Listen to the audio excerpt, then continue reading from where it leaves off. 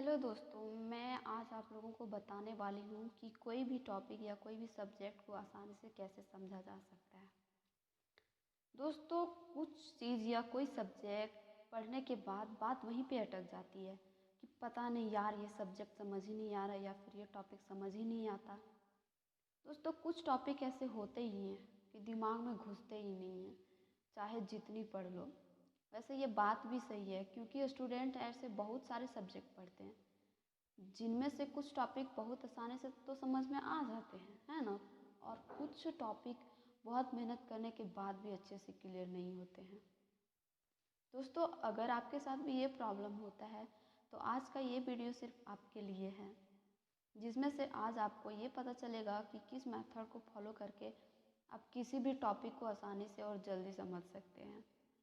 इसलिए इस वीडियो को पूरा देखें। तो चलिए शुरू करते हैं हर टॉपिक को आसानी से समझने वाले इस मेथड को। तो दोस्तों, इसके लिए आपको फॉलो करना होगा 7 पॉइंट्स, जिसे मैं भी फॉलो करती हूँ। तो पहला पॉइंट है, इसमें सबसे पहले आपको करना होगा स्मार्ट रीडिंग मेथड।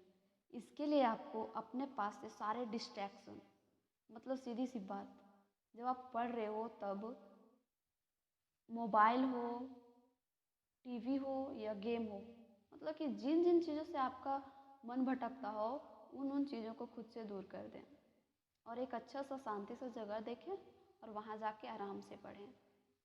तो ये था पहला पॉइंट। दूसरा पॉइंट में है कि उस टॉपिक को समझने के लिए उसको सपोज करें कोई भी चीज़ में, या उसको अच्छे से पढ़ें और देखें कि उस टॉपिक से पढ़ने से आपको क्या मिल रहा है। कोई एक्सप्रेशन मिल रहा है, कोई थ्योरी मिल रहा है या फिर कोई एक्सपेरिमेंट मिल रहा है।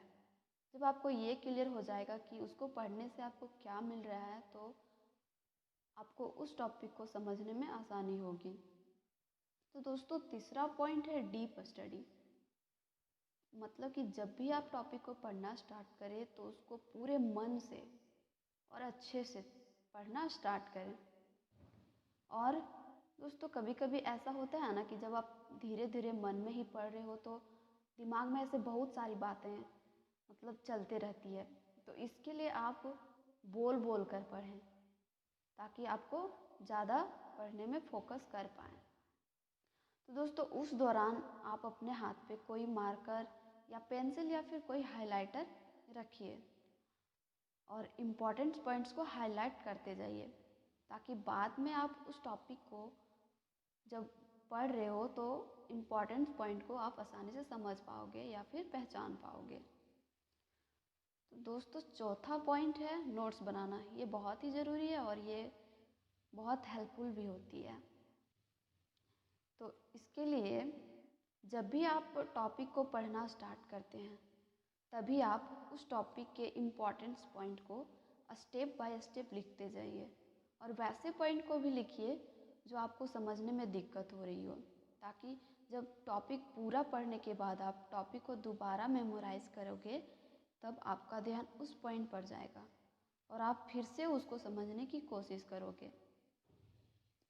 दोस्तों, पांचवा पॉइंट है समरी लिखना। समरी में जिसमें आपको ये पता चलेगा कि उस टॉपिक में आपको क्या क्या इम्पोर्टेंस था और आपको उसमें से कितना समझ आया था। ये भी बहुत ज़रूरी होता है। तो छठा पॉइंट है प्रॉब्लम सॉल्व करना।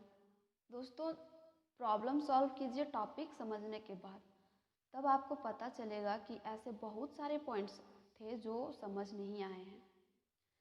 तो उसके बाद आप ऐसा करोगे कि कोई भी फ्रेंड्स या टीचर से डिस्कस करोगे और सॉल्यूशन निकालोगे। उसके बाद उस सॉल्यूशन को जहाँ आपने प्रॉब्लम को लिखे थे वहीं पे लिखिए ताकि आपको नेक्स्ट टाइम ये हार्ड टॉपिक समझने में कोई प्रॉब्लम ना आए। लास्ट पॉइंट है, ये बहुत ही ज़रूरी है, सातवां पॉइंट। सातवां पॉइंट कहता है कि 24 घंटे के अंदर टॉपिक को रिवाइज कर लीजिए। ये सबसे इम्पॉर्टेंट और बेस्ट पॉइंट है। बट इसके लिए आपको ऊपर बताए गए 6 पॉइंट्स को फॉलो करना ही पड़ेगा, वरना रिवीजन तो पॉसिबल ही नहीं हो पाएगा। रिवीजन करने से टॉपिक बहुत ज़्यादा क्लियर हो जाएगा दोस्तों कभी भी कोई टॉपिक को आसान या फिर हार्ड समझ कर ना छोड़ें।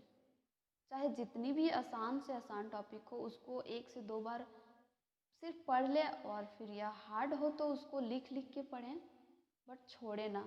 क्योंकि ऐसा होता है ना कि जो चीज़ को आप छोड़े रहोगे वही चीज़ एग्ज़ाम में आ जाता है, तो बाद में फिर पछताना पड़ेगा कि ये जो छोड़ा था वही आ गया।